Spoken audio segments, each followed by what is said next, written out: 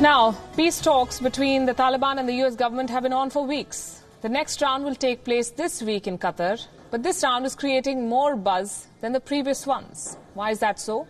Because for the first time, women will be part of the Taliban delegation. You heard that right. The same Taliban that relegated women to third-class citizenship in Afghanistan, the same Taliban that confined women to shuttlecock burqas, is now having them as part of a delegation for peace talks.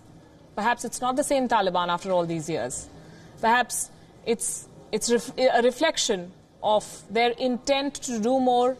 There have been demands that women be included in the intra-Afghan talks, and for the first time, the Taliban is complying.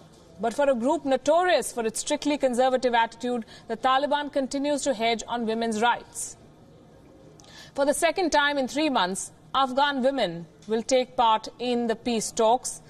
If it was Moscow in February, the venue this week will be Doha. The 3-day talks, beginning in Doha from Friday, will be between the Taliban and a delegation comprising prominent Afghans, including opposition politicians and civil society activists. It follows similar talks between the two sides in Moscow in February. At Moscow, the Afghan delegation included 2 women. The Reuters news agency reported that the Taliban delegation in Doha will also include women, but Taliban spokesperson Zabiullah Mujahid tweeted clarifying that his conversation with Reuters news agency was quote-unquote misconstrued. He tweeted, and I quote, "I said that women will partake in the upcoming intra-Afghan conference, just like those in Moscow. We said nothing relating to women in negotiation teams, and neither do we believe it is necessary." According to the Taliban spokesperson, these women have no family relationship with senior members of the Taliban. The women would only join the discussions with Afghan civil society and political representatives. They would not be a part of the main negotiations with American officials led by U.S. Special Envoy Zalmay Khalilzad.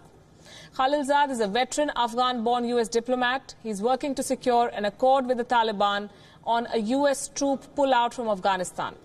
Measures to prevent al-Qaeda and other extremists from using Afghanistan as a springboard for attacks, and a ceasefire.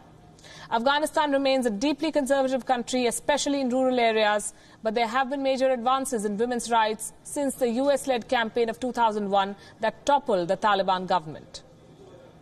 The women of Afghanistan fear that if the Taliban returns to power, many of these gains could be erased. The Taliban gained worldwide notoriety when it came to power in the 1990s by forcing women to wear full facial covering and imposing severe restrictions, including banning girls from schools and forbidding women from working outside their homes. But the Taliban has been claiming that it encourages girls' education now and other women's rights within an Islamic Sharia system.